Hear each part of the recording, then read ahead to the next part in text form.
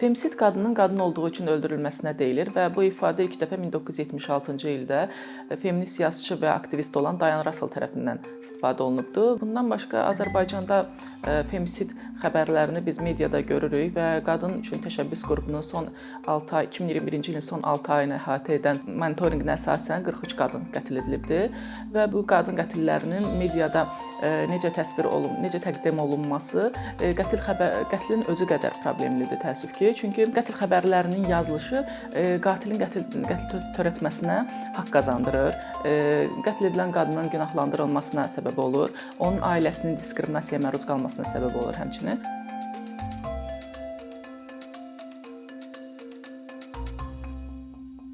Məsələn, Goranboyda qətl edilən qadının evli olması, sevgilisi tərəfindən öldürülməsi, 2 uşağının olması kimi yersiz detallar yazılıb həmin xəbərdə və bu da qətli törədən kişiyə haqq qazandırır. Hətta qadının ərinin o qətli törətməməsinə görə onun əri də günahlandırılır və qadının da qətl edilməsinin buna layiq olduğunu işarə edir.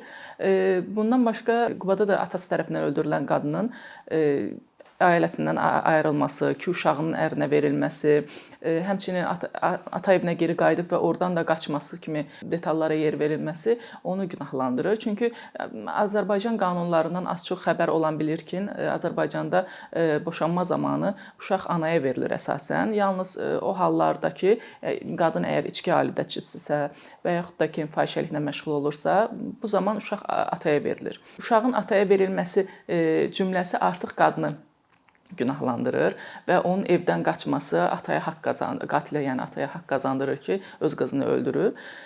Bundan başqa qətl xəbərlərində istifadə olunan şəkillər, əsasən şəkillər ya xoşbəxt anlarını göstərən, məsəl üçün öz gəlinini doğrayan qətl xəbərində qadının toy şəkilləri istifadə olunmuşdu. Bundan başqa onun qətl şəkli elə kallaş şəklində istifadə olunub və yaxud da həmin şəxslərə aid şəkillər yoxdursa, onu təsəvvür etdirən şəkillər istifadə olunur. Məsəl üçün Goranboydakı qətl xəbərində erotik şəkildən istifadə olunmuşdu. Bu artıq qətl xəbərinin, yəni bir kriminal hadisədən çox, femsid hadisəsindən çox erotik bir xəbərə çevirir, pornoqrafik bir xəbərə çevirir.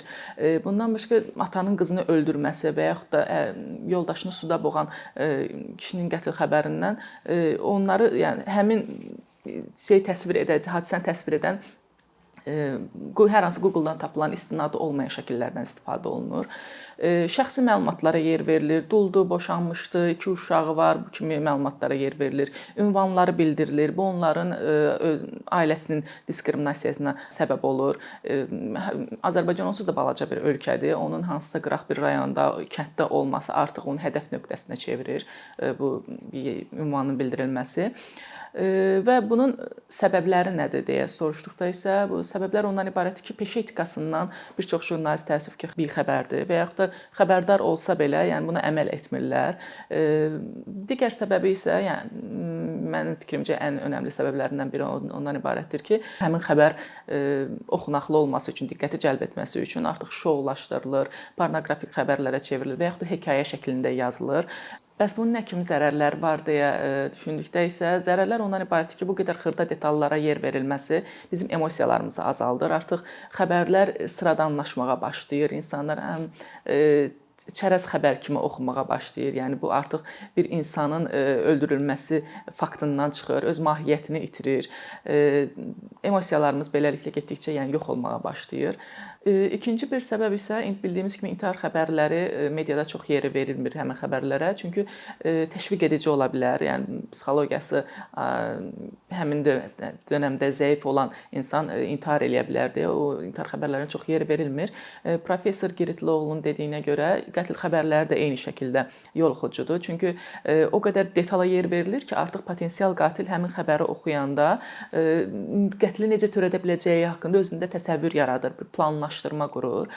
Buna görə də yəni həmin xəbərlər mahiyyətini itirir. Yəni problem cəmiyyətin problemidir. Əslində bu bir ailə problemi deyil, bu şəxsi zəmində olan bir problem deyil, bu cəmiyyətin problemidir və bunun mahiyyətini, sistematik mahiyyətini araşdırıb qoymaq lazımdır. Nəinki yəni şouya çevirmək ya da hekayə şəklində yazmaq. Dünyada necədir deyə baxdıqda isə BBC və CNN femisid xəbərləri nümunəsində görmək olar ki, burada daha çox yəni detallardan başqa cür istifadə olunur. Belə ki, yəni bir çox mənbədən istifadə olunur. Həm polisdən ifadə alırlar, həm ekspertizadan ifadə alırlar və qəti şəkildə qətli törədən qatildən ifadə almırlar. Çünki qətli törədən öz ifadəsini bildirəcək, amma qətlə məruz qalan özünü ifadə edə bilməyəcək, ya öz fikrini söyləyə bilməyəcək, əsl hadisəni deyə bilməyəcək, özünü müdafiə edə bilməyəcək. Buna görə də qətl törədən şəxsə qətiyyən yer verilmir. Amma qətil necə törədilib və qadın haqları mövqeyindən çıxış edərək həmin xəbər yazılır. Xəbərdə həmin xəbərlərində istifadə etdiyi şəkillər isə xoşbəxt anların, yəni toy şəkilləri deyil və yaxud da qətl şəkilləri deyil. Daha çox selfilərdən, həmin şəxsin selfisindən və yaxud da 3-ün 4-ə şəklindən istifadə olunur və yaxud da qətl edilən yerin şəkillərindən istifadə olunur və çalışırlar ki, bu xəbərlərdə etik kodeksə diqqət yetirsinlər, qəti şəkildə qatilə haqq qazandıran ifadələrdən istifadə etməsinlər. Türkiyə nümunəsində isə təəssüf ki, Türkiyədə də qətl xəbərləri getdikcə artmaqdadır və buna görə də Türkiyədə Jurnalistlər Birliyi bir təlimat hazırlayıblar. Qətl xəbəri necə yazılmamalıdır.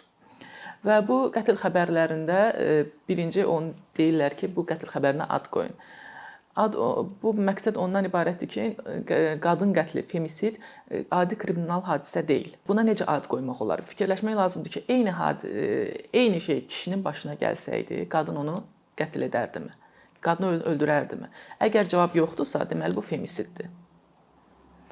Və xəbərləri yazarkən ailə münaqişəsi, qısqanclıq, şəxsi münasibətlər zəminində, ailə daxili problemlər kimi qətlin ağırlığını yumşaldan ifadələrdən istifadə olunmamalıdır. Çünki bu onun sistematik mahiyyətini itirir, problemin özülünü aradan qaldırır.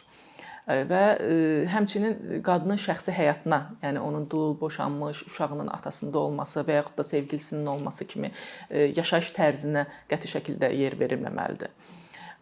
Bundan başqa xəbər yazarkən hekayə şəklində xəbər yazmaq və yaxud da mühakimə eləmək, seksist ifadələrdən istifadə etmək, seksist atalar sözündən istifadə etmək qəti şəkildə olmaz.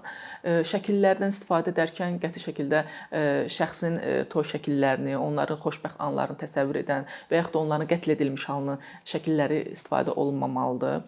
Bundan başqa ünvan, şəxsi məlumatlar qəti şəkildə yazılmamalıdır. Və son olaraq onu deyə bilərəm ki, jurnalistika yəni 4-cü hakimiyyətdir və bu qətl xəbərlərinin həm azaldılmasında, həm əngəl olunmasında, həm də ki artmasında çox güclü təsirə malikdir. Onun hansı yolla yazıldığı çox önəmlidir.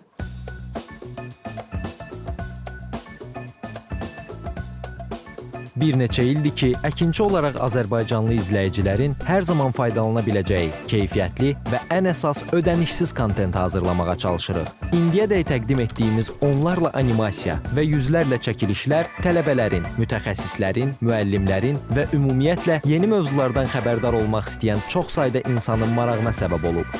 Bu illər ərzində hazırladığımız videolar təhsil, texnologiya, ictimai fəallıq, iqtisadiyyat, gender bərabərliyi, ətraf mühit, ifadə azadlığı, hüquq, demokratik inkişaf, mədəniyyət və digər mövzuları əhatə edib. Məqsədimiz çoxlu baxış gətirən deyil, çoxlu fayda gətirən videolar hazırlamaqdır. Amma bu, düşündüyümüz qədər asan deyilmiş. Gördüyümüz iş kifayət qədər resurs, əmək və təbii ki, davamlılıq tələb edir. Bu səbəbdən Patreon platformasından istifadəyə başladıq. Əkinçinin Patreon hesabının populyarlaşmasına çox böyük ümidlərimiz və gözləntilərimiz var.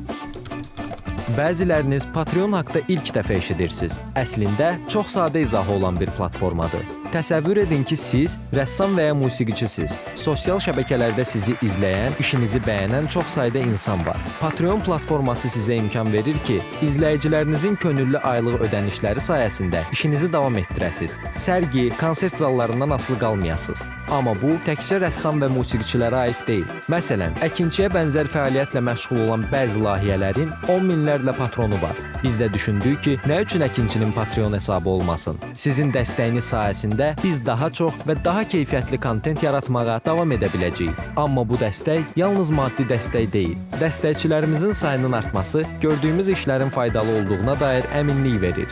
Patreon platformasından istifadə çox sadədir. Hesabınızı açırsınız, sizə uyğun dəstək növünü seçirsiniz və Patreon özü hər ayın ilk günü kartınızdan seçdiyiniz dəstək növünə uyğun ödəniş tutur. Bu qədər. Sonda onu demək istəyirik ki, dəstəkçilərin sırasına qoşulmaq istəyən, amma məhdud imkana görə bunu edə bilməyənlər narahat olmasın. Daha öncə dediyimiz kimi, bizim əsas məqsədimiz daha çox insanın hər zaman faydalana biləcəyi keyfiyyətli və ödənişsiz kontentin yaradılmasıdır. Bunun üçün mütləq patronumuz olmalısınız deyə məcburiyyət yoxdur. Amma imkanınız patron olmağa çatırsa və bizim işimizi bəyənirsinizsə, patronlarımızın sırasına qoşulmağınız bizim üçün çox önəmlidir.